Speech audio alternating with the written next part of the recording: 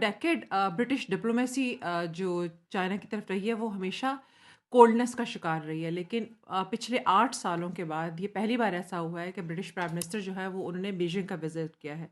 ये courtesy call नहीं है, ये एक सिंबॉलिक विज़िट नहीं है, लेकिन हाँ, ये स्ट्रैटेजिक विज़िट ज़रूर है। सर कियर स्टारमर का ये जो विज़िट है चाइना का, ये बड़ा ही क्वाइट बड़ी लेकिन बड़ी सीरियस शिफ्ट लेकर आया है ब्रिटिश फॉरेन पॉलिसी के अंदर। स्पेशली आइडियोलॉजी से हट के ये नेसेसिटी और सर्वाइवल की एक जंग है जो हमें नज़र आ रहा है कि ब्रिटिश प्राइम मिनिस्टर जो है वो उसकी तरफ गामज़न है। अब चाइना की पसंद करने की बात नहीं है चाइना को अगर विज़िट किया जा रहा है, बल्कि ये एक सर्वाइवल की जंग है जो यूके लड़ रहा है। अब ये विज़िट अभी क्यों है आपको नज़र आया होता हुआ? अब यूके चाइना का जो रिलेशन है ओवर द लास्ट डेकेड, ये इस तरह से आपको नज़र आया जैसे कोई पेंडुलम होता है, यानी कि गोल्डन एरा आपको नज़र आया डेविड कैमरॉन के अंडर। तो ऑलमोस्ट नियर फ्रीज जो था ना वो हमें नज़र आया कोविड के टाइम के अंदर, बिकॉज कोविड भी चल रहा था, हांगकांग के ऊपर भी यूके को रिजर्वेशंस थी, फिर टैक्स सिक्योरिटी फेयर्स भी थे। तो जब तक 2025 आया इसमें बहुत सारी चेंजेस आ चुकी थी। चाइना जो है वो यूके का फोर्थ लार्जेस्ट ट्रेडिंग पार्टनर है, हमें ये नहीं भूलना चाहिए, और उसकी गुड्स ट्रेड जो है ना अलोन उसकी चाइना है और इसकी $103 बिलियन की है। सो ब्रिटिश इकोनॉमी की जो जो स्ट्रगल करी है लो ग्रोथ से, जो पोस्ट ब्रेग्जिट ट्रेड गैप्स हैं उसके पास, हाई एनर्जी इंडस्ट्रियल कॉस्ट है, तो वो ये 1.4 बिलियन की जो पर एक सिंगल मार्केट जो है ना वो उसको रोकने को अपने आप को सिक्योरिटी थ्रेट समझता है। बल्कि ये तो सेल्फ हार्म की तरफ भी जाती है बात। तो ये वो रीज़न है कि स्टामर जो है उन्होंने विज़िट किया चाइना का। और साथ ही साथ जो दूसरा इंपॉर्टेंट बात हमें नज़र आती है वो ये है कि इकोनॉमिक नेसेसिटी मौजूद है यहाँ पर। यानी बाकी जितने भी कंजर्वेटिव लीडर्स हैं, स्पेशली कोल्ड वॉर लैंग्वेज को जो अंडरस्टैंड करते हैं, जो स्टामर है उनकी टोन ज़रा चेंज है। वो अपने 50 सीईओ के साथ वो चाइना में आए, लाइफ साइंसेस से रिलेटेड उन्होंने बहुत सारे अग्रीमेंट्स डिस्कस किए, फाइनेंस से रिलेटेड, ग्रीन टेक से रिलेटेड, मैन्युफैक्चरिंग से रिलेटेड। सो ये बड़ा एक ब्लंट मैसेज था जो कन्वे हुआ कि ब्रिटेन जो है ना it is looking for the markets, investment and the growth. तो चाइना जो है वो उसके पास ये तीनों को प्रोवाइड करने की कैपेसिटी है। सो ये जो वैल्यूज़ का रीसेट हम इसे नहीं कह सकते, लेकिन ये प्रायोरिटीज़ का रीसेट ज़रूर है, जिसमें से दोनों स्टेट्स स्पेशली जो यूके है वो आइडियोलॉजी से हट कर वो अपनी प्रायोरिटीज़ को, अपने सर्वाइवल को और अपनी जो इकोनॉमिक वॉर है वो उसको लड़ रहे हैं। लेकिन साथ ही साथ जो शेडो ऑफ यूएस है वो भी अंडरस्टैंड करना ज़रूरी है कि वाशिंगटन का क्या शेडो है इस सारे मामलात में। अब यहाँ पे जो इम्पोर्टेंट ड्राइवर है वो बीजिंग नहीं है, बल्कि वो वाशिंगटन खुद है। हमने डोनाल्ड ट्रंप की पॉलिसीज़ देखी, जिस तरह से उन्होंने आके टैरिफ लगाना शुरू कर दिया अपने एलाइज के ऊपर भी।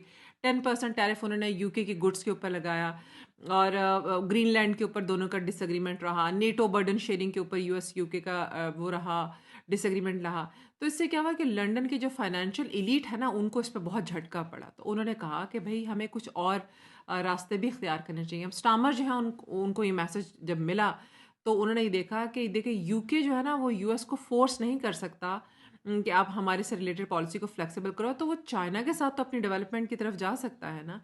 तो ब्रिटेन ने क्या किया है कि उसने ये मैसेज भेजा है ट्रंप को वी हैव द ऑप्शंस। और ट्रंप का इसका रिएक्शन क्या है? ट्रंप ने जैसे ये यूके चाइना की जो ये जो इनका डेवलपमेंट है तो उसने कहा इट इज़ वेरी डेंजरस। तो अब ये क्लासिकल रियलिज्म इसमें हम कहते हैं कि देखिए एलाइज जो है ना वो हेज करते हैं जब भी प्रेशर राइज होता है। तो इस टैरिफ के प्रेशर ने दोनों को करीब लेकर आए हैं, चाइना और यूके को।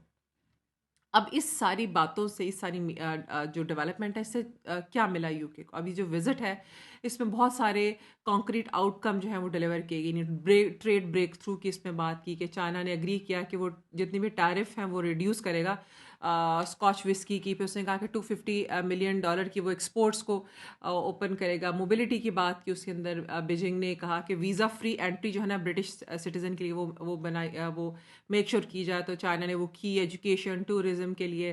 फिर एस्ट्राजेनेका डील है, एक ये क्राउन ज्वेल इसको कहा जाता है, ये वो डील है जिसमें $50 बिलियन की इन्वेस्टमेंट की है चाइनीज़ R&D कंपनी में टिल 2030। ये यूके की इन्वेस्टमेंट है। सो ये डिप्लोमेसी जो है ना ये इकोनॉमिक स्ट्रैटेजी को भी मेक श्योर कर रही है। फिर सिक्योरिटी डायलॉग्स भी हमें इसमें नज़र आते हैं कि दोनों जो स्टेट्स हैं उन्होंने अग्री किया है कि हाई लेवल सिक्योरिटी टॉक्स की जाएंगी, स्पेशली 2019 से जो हांगकांग के प्रोटेस्ट की वजह से जो फ्रीज हो गए थे सिक्योरिटी डायलॉग्स, उसको उन्होंने कहा कि हम इसको अब दोबारा से स्टार्ट करेंगे। ये अब इतनी डेवलपमेंट के बाद कुछ रेड लाइंस हैं जो मौजूद हैं। फॉर एग्जांपल जो डोमेस्टिक क्रेडिबिलिटी है एट होम, स्टामर जो है वो अपनी जो पब्लिक है उनकी जो कंसर्न्स हैं उनको भी अवॉइड नहीं कर सकते, सेंसिटिव इश्यूज हैं जिसके ऊपर उनकी पब्लिक बात करती है, जैसे हांगकांग के इशू के ऊपर बात करते हैं, इसके साथ ही जो ब्रिटिश सिटीज़न है जिमी लाई उसके ऊपर बात की जाती है, साइबर सिक्योरिटी कंसर्न्स हैं, और चाइना की जो इनडायरेक्ट सपोर्ट है रशिया को इन यूक्रेन वॉर उसके ऊपर। तो यहाँ पर हल्का सा उन्होंने बात की इसके ऊपर, लेकिन उन्होंने इसको बहुत ज़्यादा हाईलाइट नहीं किया। और इसमें इंटरेस्टिंग फैक्टर हमें ये नज़र आया कि जो दोनों स्टेट्स हैं ना उन्होंने बात की इरेगुलर माइग्रेशन के ऊपर, चाइना ने अब फिर बात की शिपिंग कॉपरेशन के ऊपर, स्मॉल बोट्स का जो क्राइसिस ब्रिटेन में आया हुआ है उसको उसने सपोर्ट करने की बात की इस सिलसिले में। तो ये मॉडर्न जियोपॉलिटिक्स के ऊपर ने बात की, ऑल्दो कि सिक्योरिटी के कंसर्न्स मौजूद थे, लेकिन लॉजिस्टिक्स, डाटा, सप्लाई चेन इसके ऊपर सबसे ज़्यादा बात होती रही।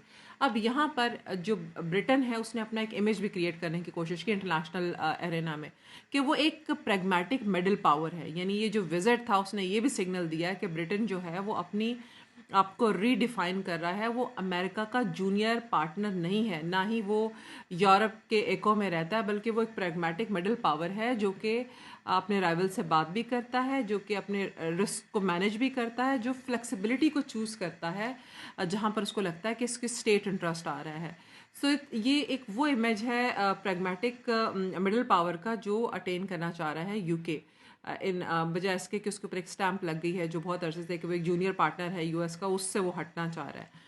और यहाँ पर जब हम स्टामर की जो चाइना के इस विज़िट को देखते हैं तो ये कैलकुलेटेड रिस्क भी है। आप देखेंगे एक सिनेरियो हम ये डिस्कस करते हैं कि अगर ट्रंप जो है वो डबल डाउन कर देते हैं अपनी इस बात को विद अस और अगेंस्ट अस की जो पॉलिटिक्स वो चलाते हैं, तो ये जो विज़िट है ये बड़ा ही एक्सपेंसिव ट्रेड मिशन बन जाएगा ब्रिटिश हिस्ट्री का। क्योंकि अगर इसी तरह से दुनिया में फ्रेगमेंटेशन चलती रही तो ब्रिटेन जो है ना वो मे लुक बैक और से कि ये एक लंदन ने जो है ना अटॉनमी के ऊपर अपने कंफर्ट को चूज़ किया था, और उसके लिए ये बहुत ज़रूरी हो गया था कि वो अपने राइवल्स के साथ टॉक करता और एक कंफर्ट लेवल पर आकर अपने स्टेट इंटरेस्ट को फुलफिल करता। I would really like to know your opinion about it. Comment section में कमेंट ज़रूर करें, like this video and subscribe the channel. Next video में हम एक अनदर इंटरनेशनल इशू को डिस्कस करेंगे।